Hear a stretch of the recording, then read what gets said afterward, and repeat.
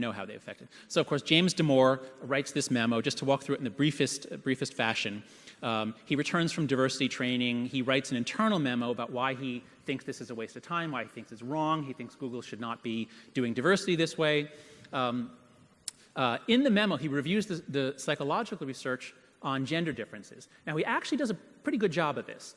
Me and my team at Heterox Academy, we reviewed it. We got every relevant review study. He mostly focused on differences of interest and personality. And those do exist. Differences of ability between the genders are very small, not very important. But differences of interest are more substantial. And so he did largely get that right. Now, he had, I think, a too simplistic notion of how biology and culture interact. He had a too simplistic notion of what makes a good engineer. So you can certainly criticize the memo. But the core psychological ideas was actually very good for a non-expert. But what happened was the memo was leaked. It was published on Gizmodo with no links at all. So it looked like he was just making stuff up and that it wasn't sourced. And it was labeled an anti-diversity screed. It triggered widespread outrage. He was fired 2 days later. In the wake of this, we ratchet up the hatred one more notch, because each side gets to look at that and say, you see, the cultural left and Marxists are taking over and no one can express an idea. Or no, you see, those straight white males are so clueless and create a harassing culture. I mean, each side gets to see what it wants, because we hate each other so much, we will believe just about anything about the other side that any Russian bot puts in our feed. So, of course, since then, within then, there's been an increased focus on why are some groups, especially women, but let's look at all, why is there huge underrepresentation of some groups in some fields? And this was all 2 months before the Me Too movement. So, my God, I mean, the pace of major news developments is just head-spinning these days. All right, so this is where we are with the Damore memo. Now, one reaction to that has been that now more and more conservatives and libertarians are now standing up and saying, hey, this is happening all over. We can't speak. We're getting kind of angry about this. And so one company, Lincoln Networks, did a survey. It was not nationally representative. They go through how they recruited people. But it was 84% men in tech at major companies. So let's not take the numbers as absolutely reliable. But I think the trends probably are correct. Here's what they find. So one question was, following the diversity memo and Google's response, do you feel more or less comfortable sharing your ideological viewpoints with your colleagues? And the finding is that of people who self-identified as being very liberal, 26% said now they feel more comfortable. Now that he got what was coming to him, I know that Google stands up for my side, I feel more comfortable.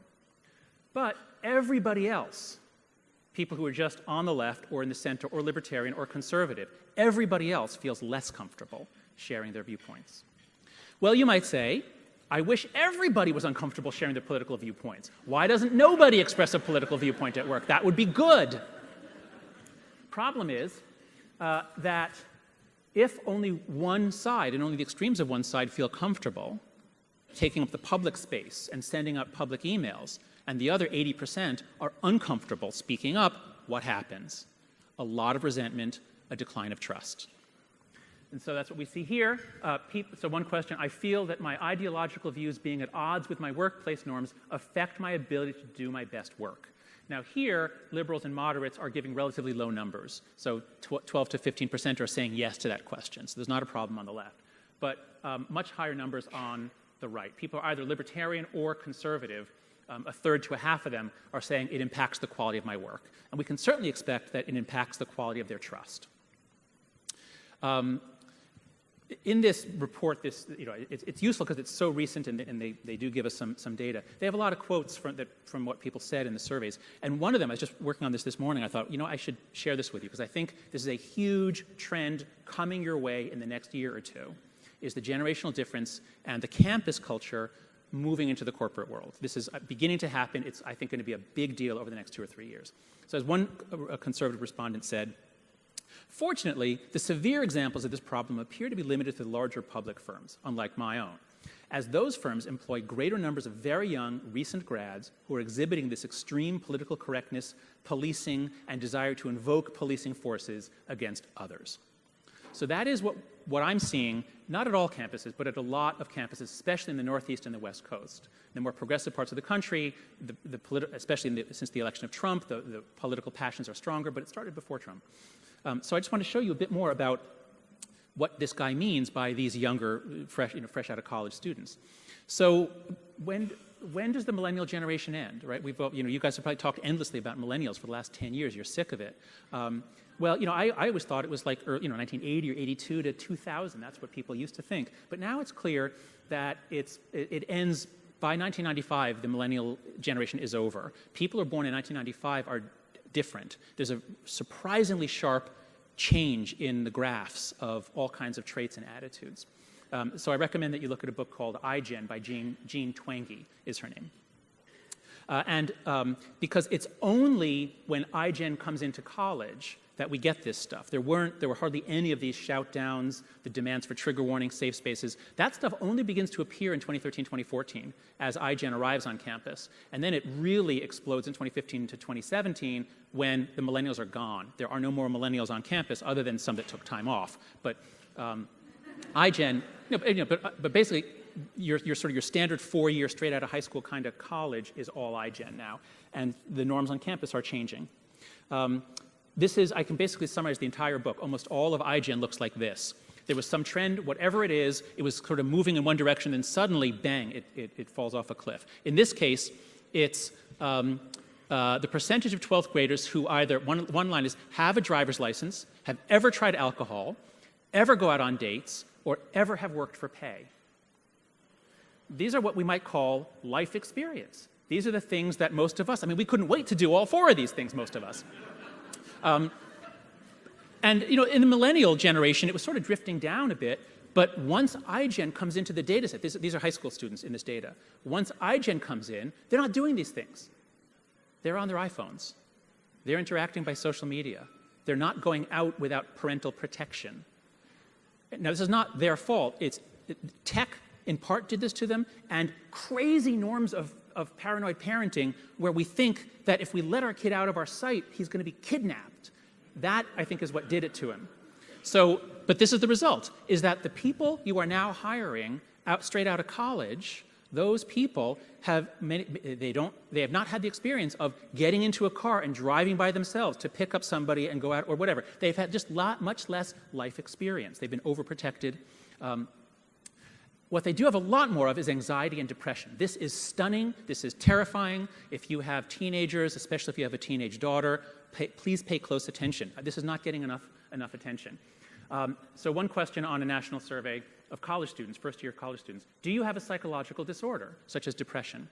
And back in 2012, when it was all millennials, the rates were about 2 to 3% of men said yes, and 5 or 6% of women said yes.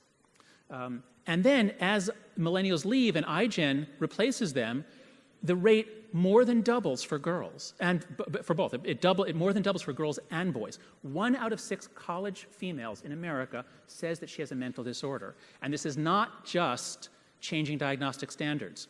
The suicide rate is up for both sexes. It has doubled for girls. Twice as many teenage American girls kill themselves as happened 10 years ago. Same thing for self-cutting, admissions to hospitals. So there's a huge generational change. They have less life experience. They've been overprotected. They're spending too much time on social media. They get into college. They have a lot of trouble facing all these divergent views, and especially views from the wrong side of the political spectrum. And then they apply to your companies for jobs. Okay, so this is going to impact you. So I also look, again, my kids are in this demographic too. I don't want to be too hard on them. What I want to really call attention to is we have not been letting them practice the arts of adulthood and the skills of association. We've got to start doing that. Another important book just out is called The Rise of Victimhood Culture. They analyze the origin of the whole interest in microaggressions and safe spaces, and what they claim is that increasingly teenagers, especially, or young people, are enter or have somehow created a culture in which you get prestige not by being tough or strong or independent. You get prestige by emphasizing how much you have been victimized or by standing up for victims. So if everyone's now focused on victims and victimhood, and it starts on the left, it starts with certain groups, and especially the political left, but as they said in their early articles 3 years ago, they said, this is going to go to the right too. Because once everyone's raised in this culture, then everyone thinks this way. And now we've done it. Everybody gets to say they're a victim. Men claim to be victims, white people claim to be victims, the right claims to be victims, everybody now claims to be a victim. And so, is it surprising that Google is getting sued from both sides? That increasingly companies are getting sued from both sides? Everyone is aggrieved. How can you run a company? How can you run an economy? How can you run a democracy this way?